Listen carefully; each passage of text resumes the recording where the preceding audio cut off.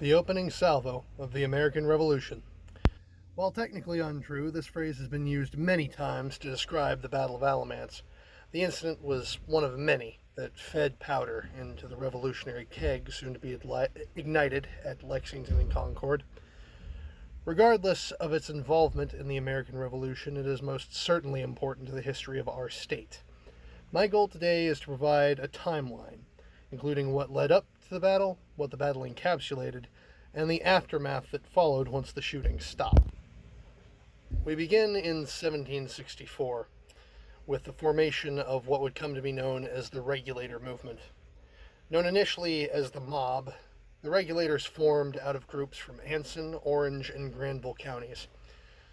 According to John Spencer Bassett, a professor of history at what is now Duke University, in his article The Regulators of North Carolina, the grievances of the Regulators were primarily economic. In this article, he explains that excessive taxes and scarcity of money were the main factors in the movement's origin. Colonial records cited in his article show that the rich and poor were taxed roughly the same amount in actual money. This created issues for the rural farmers living in the backwater counties. Many of them would rarely, if ever, keep money in the house, since it was not practical. They lived on a barter system primarily, and this created issues whenever the sheriff would arrive unexpectedly to collect taxes. They would often refuse to accompany the farmer to the banker's office so they could make the exchange and pay what they owed, instead opting to take the farmer's land to sell it off for profit. This, among many other things, is what ultimately led to the Regulators forming and the conflict beginning. Though the only proper battle was the Battle of Alamance itself, there were several smaller skirmishes and conflicts, with most of them just being unorganized acts of minor violence. The first organized instance was in 1765, beginning with unauthorized settlers in Mecklenburg County driving off surveyors from a piece of land they had been occupying. However, things would escalate over the next several years. Another instance of note was an interruption of the provincial court in 1768. This is attested by the North Carolina Department of Cultural Resources. The Regulators had been preparing for a meeting with officers of the government to discuss their grievances with a request for an account of what was being taxed, a statement of payments made from public funds, and a copy of the law that allowed officers to charge fees for certain official documents. The officers, along with one Edmund Fanning, the Register of Deeds for Orange County and militia officer, refused the request and confiscated a regulator's horse to sell for taxes. This angered the Regulators to the point where they rode into Hillsborough to rescue the horse, and in the process fired off several shots into Fanning's home. This enraged Fanning to the point of ordering the arrest of several of the Regulators' leaders, summoning 7 companies of the Orange Militia to assist him in this endeavor.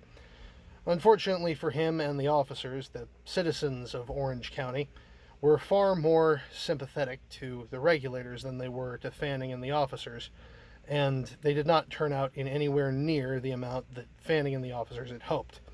It's possibly because of this that the officers moved for peace, telling Fanning they were simply playing for time. Because of this, the Regulators chose several delegates, including one Herman Husband. Herman Husband was a Quaker who was not a member at this point, but would later become a member, as well as an unofficial figurehead. A meeting was arranged for the officers and the Regulators to discuss their issues, but before the meeting took place, Fanning had both Husband and another leader of the movement named William Butler arrested. This act infuriated the Regulators and their sympathizers, who rode back into Hillsborough in a force of around 700, where the trials for both Husband and Butler were being held.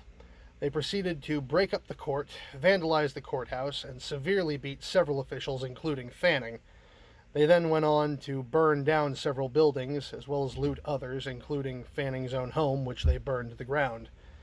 In 1771, however, the tension finally boiled over, and it culminated in the actual battle. According to Alamance Battleground and many other sources on the subject, the battle happened on May 16th.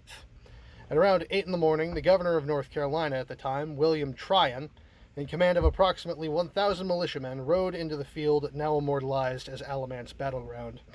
Taking position with his men around half a mile from the Regulators' encampment, Tryon sent a letter to the Regulators, telling them that they were now in open rebellion against the Crown of England and ordering them to stand down. The Regulators ignored this, and Tryon eventually sent a final warning. Realizing that this would only end in violence, Herman Husband, who was in attendance, in keeping with his Quaker sensibilities and faith, left the field, leaving the Regulators largely without a leader.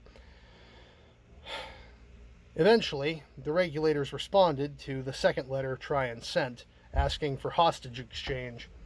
Tryon agreed, but after roughly half an hour without the release of his men, he began to suspect treachery on the Regulators' part. His men began to advance towards the tree line and were met by the Regulators, yelling at them and daring them to open fire. 2 men at this point entered the field between the opposing forces in hopes of negotiating peace by the name of Reverend David Caldwell and Robert Thompson. Thompson was detained by the militia, and in a fit of anger, Governor Tryon reportedly shot him. Realizing his error, Governor Tryon sent a white flag bearer in a last-ditch effort to end the conflict peacefully. The flag bearer was met with gunfire and cries of "Fire and be damned" by the Regulators. Though the battle initially went well for the Regulators, they lacked leadership, organization, and ammunition.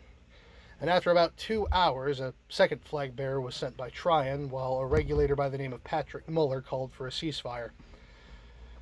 The second flag bearer was also fired upon, and angered by this, Tryon rallied his men and succeeded in driving the insurgents from the field.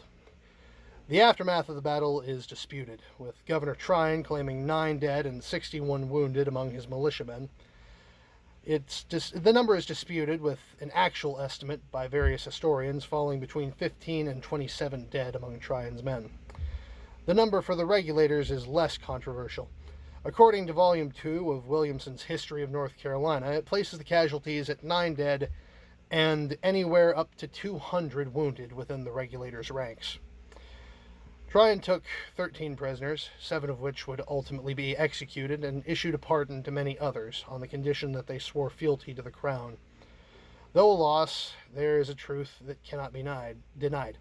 The battle has, in its own way, given definition to North Carolina's spirit.